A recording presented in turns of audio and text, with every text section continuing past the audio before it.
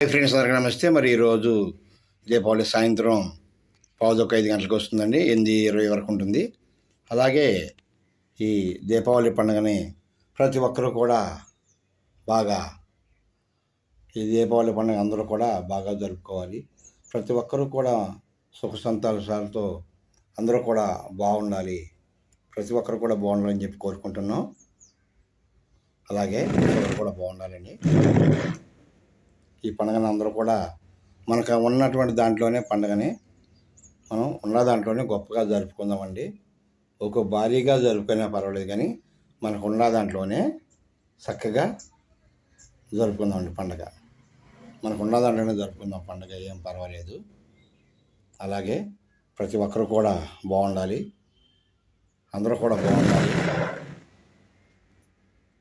అందరూ సంతోషంగా ఉండాలి, ప్రతి ఒక్కరూ బాగుండాలి. అలాగే ప్రతి ఒక్కరు కూడా హిందూ ధర్మాన్ని పాటించాలి, హిందూ ధర్మాన్ని గౌరవించాలి, హిందూ ధర్మాన్ని పాటించాలి.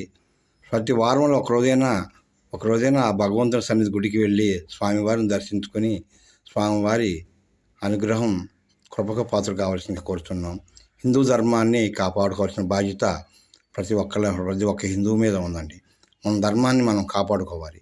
మనం బయట వాళ్ళని మన దాంట్లో రామంటలా, మన ధర్మాన్ని మనం కాపాడుకుని మనం అందరం కూడా బాగుండాలి. పిల్ల పాపలతో పంటలు బాగా పండి అందరూ కూడా బాగుండాలి. ఫ్రెండ్స్ అందరూ బాగుండాలని చెప్పి కోరుకుంటున్నాం.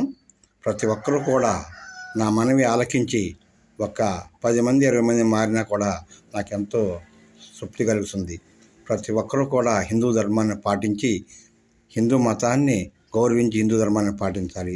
అలాగే ప్రతి ఒక్కరు హనుమాన్ చాలీసాలు, కోలాటములు, భజనలు ఇవి కూడా ప్రతి ఒక్కరు కూడా నేర్చుకోవాలని చెప్పి కోరుకుంటున్నాం. ఓకే ఫ్రెండ్స్, అందరూ బాగుండాలి. జై శ్రీరామ్, జై జై శ్రీరామ్, జై హనుమాన్, జై జై హనుమాన్.